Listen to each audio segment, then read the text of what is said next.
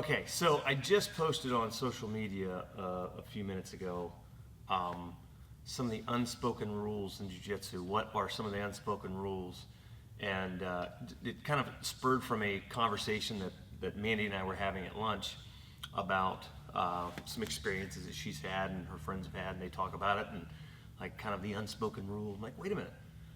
It's not all unspoken. They're not all unspoken. A lot of these things we actually have in our code of conduct. We have a code of conduct, and some of those things that were unspoken or not spoken about enough in the past, we kind of put them out there. So like day one, here you go. Here's the rules, right?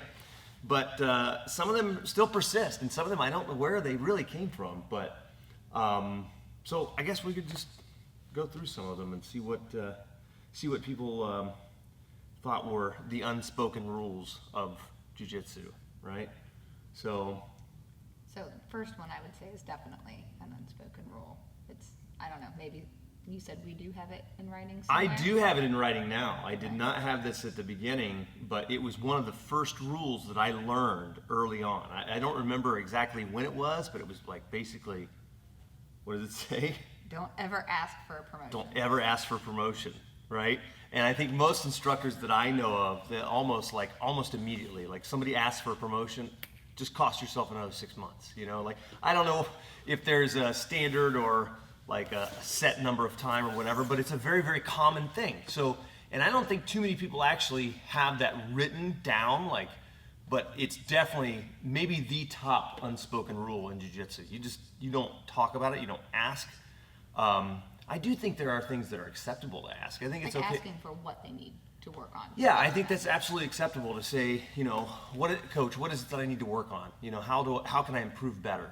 But as far as qualifying, for a promotion, that's totally up to Jiu-Jitsu. In a lot of ways is very subjective when it comes to the promotions, and some people are graded differently. So when people ask, it kind of puts a little bit in the instructor's mind, a little bit of a character.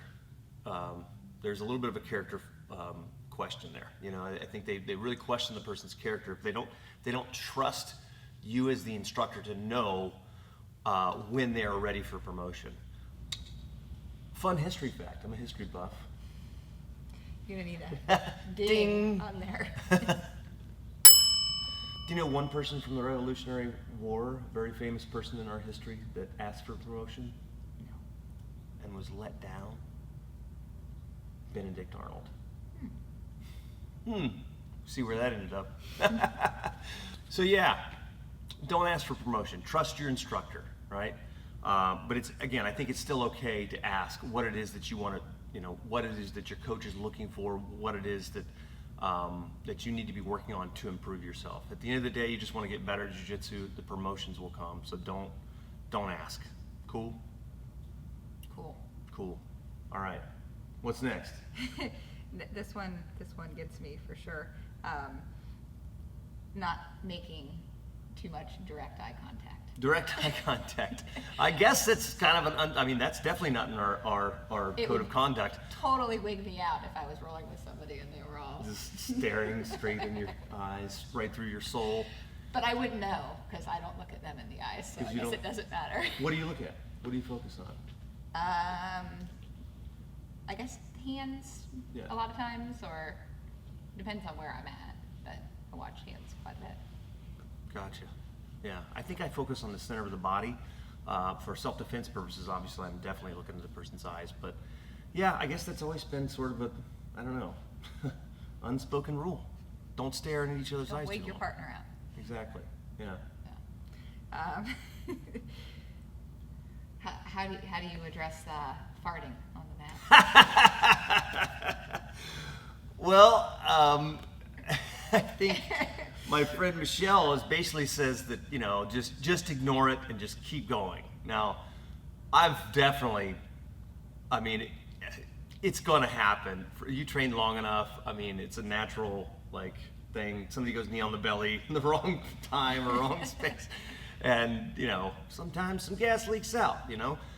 I think it's hilarious sometimes, but obviously if it's really bad, I'm gonna let's time out. I don't want to smell little this funky 3 to 5 year old group kids the other day farted directly on her partner. Yeah, it was pretty funny. It And was the little very guy funny. called her out on it. Yeah. Yeah. So I guess 5-year-olds call them out. I mean, Yeah. you know. Apparently they don't know the rule. Yeah, I guess not. So, yeah. For me, I don't, it wouldn't, I would just try to laugh it off myself. So, but, yeah. Moving on. Moving on. Away from the farting. How about this one? One way or another, what goes around comes around. So basically, Yeah. if you're kind of pulling some unfair moves, it's going to come back and get you. Yeah. So here's my thought on that. I feel like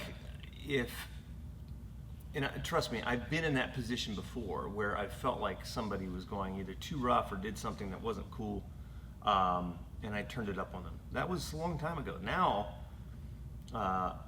you know, obviously being responsible for the culture of the school as well, I'm very, very much, I think I'm a big proponent of just having a conversation. Like, look, hey man, don't pull my finger. That's not cool. Did you read the rules? You know, sometimes people don't really understand. And I've seen it before. I've seen folks that were super, super aggressive, didn't realize they were being over the line compared to what this person thought. And so the other person maybe has better technique, maybe stronger, whatever, and they turn it up and then they smash them. Well, the other person who was being egregious in the first place, or may not even known, just thought, okay, well, that's just the way it goes. I guess I'm supposed to, you know, choke people across the face, and you know, like that's. So it's not very helpful, right? I mean, for me, there's no gray area, right? It's either white or black. I either trust you enough with my whole body to train with me, or we're fighting. There's no middle area for me. And I don't think in a healthy environment in an academy, I don't think you should have that gray area either. Competitiveness is one thing, but being unfriendly, being, you know, like overly rough or whatever, it's not necessarily good jiu-jitsu anyway. So, yeah, and I mean, what I mean by overly rough is things that'll take you off the mat tomorrow, right?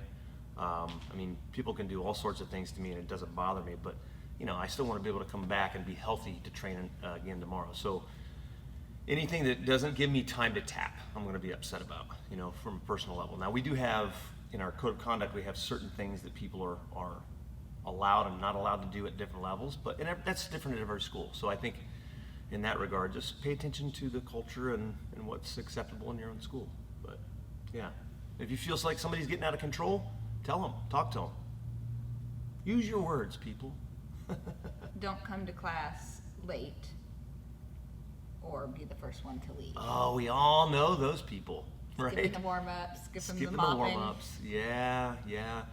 Not every school's like ours either, right? So after we're done, everybody, you know, is collectively we clean the mat, right? And I think that's a very, very important thing for the culture and for the school, instructors as well as the students. But showing up late, it doesn't bother me. Like in our code of conduct, it's, you know, if you have to come in late, I'd rather you get some jiu-jitsu in than none, right? So people have asked me before, like, hey, is it okay if I come in? Yeah, of course, come on in. Now, if you're doing it all the time to skip, like, say, the hard part of class, you know, that's not really kind of, yeah. It's not, you're only shortchanging yourself, let's put it that way. And then you're taking advantage of all the other people that are smoked after the warm-up, and then you roll and you feel like King Kong. So we know who you are. We got our eye on you. What else? All right. If you wash your belt, does it take away all your powers? Oh, for crying out loud. That's the dumbest one. So here's what I think about that. All right. So a lot of people don't wash your belt, right? So this is, gosh, this has been around forever. And I think it comes down to the mythology of the whole belt's color in itself, right? So I heard this fairy tale long before, you know, back when I first started training jiu-jitsu, that the meaning behind the colored belts was that you started a white belt and it's innocence, you didn't have very much knowledge. As you trained more and more, it got more and more soiled with blood and sweat and tears and all that stuff, and next thing you know, it's a dark colored belt, right? Well, then to me, that sounds like your belt is dirty, right? It's a different colored belt. Like, look, it's cloth. It's not magical, right? funk can grow in this just like it can grow in this. Would you not wash it? Would you train with somebody who never washed their gi? Well, this is like 1% of the gi. Like, watch the belt. It's, like, I'm not saying I wash it every time. I don't. It still affects me. Even though the whole, even though that's nonsense, the whole darkening of the belt and all that sort of stuff, it's still in my own head. I want the wear on the belt to come from my training, right? Not from the washing machine. So I get that. So I don't wash it every time, but I don't not wash it either, right? Because at some point it soaks up sweat and all the other stuff that comes on the mat. It's just cloth, Like, this is like the 6th black belt I've had anyway, so it doesn't matter. Yeah, that's what I feel. What do you think, Mandy? I wash mine a lot. Yes, you do. But I also want mine to be a little less rigid. Yeah. You want it to kind of fit well and not come undone every 2 seconds. Mm-hmm. Yeah. So wash your belt, people. It's gross. How about asking people to roll? Because that was something that I had a conversation with. Yes. So sometimes this is an unspoken rule. Sometimes it's a very spoken rule, depending on the culture and the academy that you go to. Right? So I've been at academies that kind of follow this rule, and it's very, it's out in the front, right? I mean, they talk about it. They may even have it as part of their code of conduct. To me, it doesn't make any sense, but I think, I'm not sure where it started, but the whole idea of asking a senior belt to roll, right? So in a lot of academies, that is their culture. You are not allowed, if you are a lower belt, you are not allowed to ask the senior belt or the person above you to roll. To me, I think that's silly, honestly. It's just, to each his own, but people show me respect by showing up to my class. If a white belt wants to train with me, I'll be honest with him if I don't want to train or not. Somebody wants to ask me if I want to train, I'm gonna be honest, right? Yes or no. But it does not offend me at all when somebody asks me to train. And I don't think anybody here at the academy would look down. If anything, you almost encourage me to ask upper belts more than, Yeah. because you feel like I'm safer with them. Definitely, yeah. And I think that where sometimes you and some of the other ladies come into some of the issues is when you don't want to ask somebody else to train because you feel like maybe they'd be wasting their time or whatever, which I guarantee you that most of them are not going to feel that way. I can't speak for everybody, but most are not going to feel that way. They'll be very happy to. But then you're fighting the double-edged sword of, then you have other folks, the other unspoken rule, where the male isn't allowed to ask the female to train. Right? So now you're stuck over here on the wall and nobody wants to train with you. You can't ask anybody. What do you do? Right? Now, in some academies, and I think this is actually, and even for me, when I'm teaching a lot of times when I'm teaching the class, in order to rectify that, I will actually make the people pair up. And in some academies, like, you don't get to pick your training partner. Your instructor picks them for you.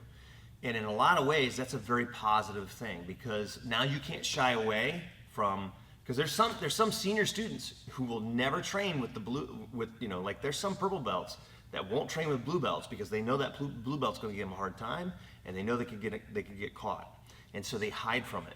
And so that stunts your growth. It stunts all the other things that Jiu-Jitsu can do for you, building up your character and all that, if you are able to hide from it. So I think that's where it can be negative. Where it's positive, though, I do think is like if the instructor is able to pick the roles, like you can avoid disastrous matchups. Because let's be honest, there are some people out there that just they're not vetted yet. Like the 250-pound white belt who's only had 3 or 4 classes and goes and picks the small, female blue belt. That can be a disastrous matchup. So you have to have the environment and the culture that's open, right, but also safe. So there's a balance there. It's not an easy one to get around, but I would say, speaking to the female white belt who's up and coming, that you're probably going to be safest training with the senior students, the upper belt guys, because they're a lot more in control, right? So don't shy away from asking. And if you're a senior belt and say male, and you see a female white belt that doesn't have a partner, go ask them to train. And if you're a female who's not comfortable training with that person, be confident to say no, right? It's okay to say no, right? You don't have to train with anybody. And that's, you know, I think that's the way we kind of approach it. It's not that way at every academy, but hopefully everybody finds the academy that fits their personality and their needs, and they feel comfortable where they're at. So, yeah. Any other rules that I'm not aware of? Not that I can think of. I think most of the other comments that people had on there were pretty much standard across the board. Don't bend, you know, individual fingers, and things that are pretty much the standard already with most academies. Wash your gi, you know, trim your nails, all that good stuff. I think those things should be absolutely spoken about all the time. Cleanliness and hygiene should be commented on and spoken about constantly. So, yeah, I don't know. If you guys think of anything, write it down in the comments and we'll address it. And yeah, hope it's helpful. Don't kiss your training partners. Like, subscribe. You break that rule all the time. Just with you. Like, subscribe, all that good stuff, and we will see you soon.